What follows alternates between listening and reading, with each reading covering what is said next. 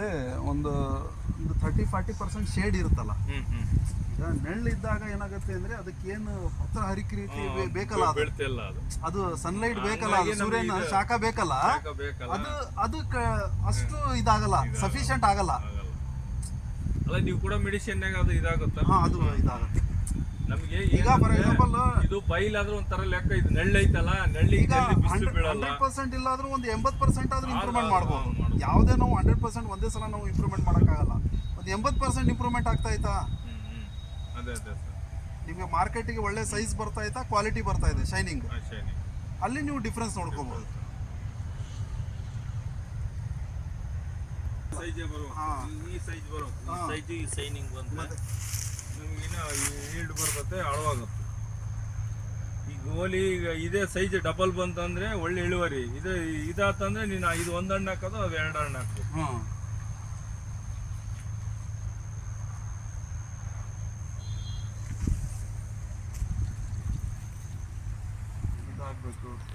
ಅದೊಂದು ಸ್ವಲ್ಪ ನೆಕ್ಸ್ಟ್ ಇದೆಲ್ಲ ತಕೊಂಡು ಅದಕ್ಕೆ ಸ್ವಲ್ಪ ಟ್ರೀಟ್ಮೆಂಟ್ ಕೊಡ್ರಿ. ಅಂದ್ರೆ ಗರ್ಭ ಆಗಲಿ ಹೊಟ್ಟೆ ಆಗಲಿ ಸೆಟ್ ಆಗ್ಬೇಕು. ಈಗ ಏನಂದ್ರೆ ನೀವೇನು ಗೊಬ್ಬರ ಕೊಟ್ಟಿರ್ತೀರಲ್ಲ, ಗಿಡ ಇಂಪ್ರೂವ್ಮೆಂಟ್ ಆಗಿರ್ತೈತಿ, ಬಟ್ ಗರ್ಭಾವಸ್ಥೆಗೆ ಬರ್ಬೇಕಲ್ಲ. ಎಷ್ಟೊಂದು 3.5 ವರ್ಷದ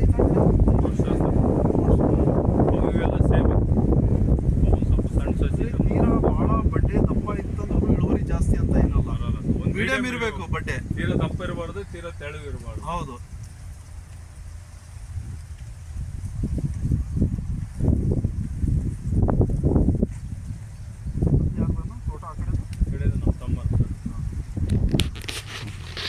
ಬರೋಣ ಸರ್, ನಾಳೆ ನಾಡಿದ್ರೆ ಬಂದ್ರೆ ಅದು ಸರಿ ಸರ್. ಅದು ಆಯ್ತು.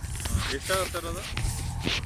ಅವ್ರದ್ದು ನೋಡೋಣ, ಕೊಟೇಶನ್ ಇವ್ರಿಗೆ ಕಳಿಸ್ಕೊಡ್ತೀವಿ, ಅವರು ನಿಮಗೆ ಮಾಹಿತಿ ಕೊಡ್ತಾರೆ. ಹಾಂ ಸರ್, ನಮ್ಗೆ ಸಿಗ್ಲಿದ್ರೆ ಇವ್ರು ನಮ್ಮ ಸಾಹೇಬ್ರಿಗೆ ಹೇಳಿದ್ರೆ ಅವ್ರು ನಮ್ಗೆ ಹೇಳ್ತಾರೆ, ಇಂಜಿನಿಯರ್. ಅವ್ರ ಕಂಪ್ನಿಗೆ ಅವ್ರಿಗೆ ಇದು ಹಾಕಿ ರಿಕ್ವೈರ್ಮೆಂಟ್ ಈ ಥರ ಇದೆ ಅಂತ ಹೇಳಿದರೆ ಅವ್ರು ಕೊಟೇಶನ್ ಕಳಿಸ್ತಾರೆ.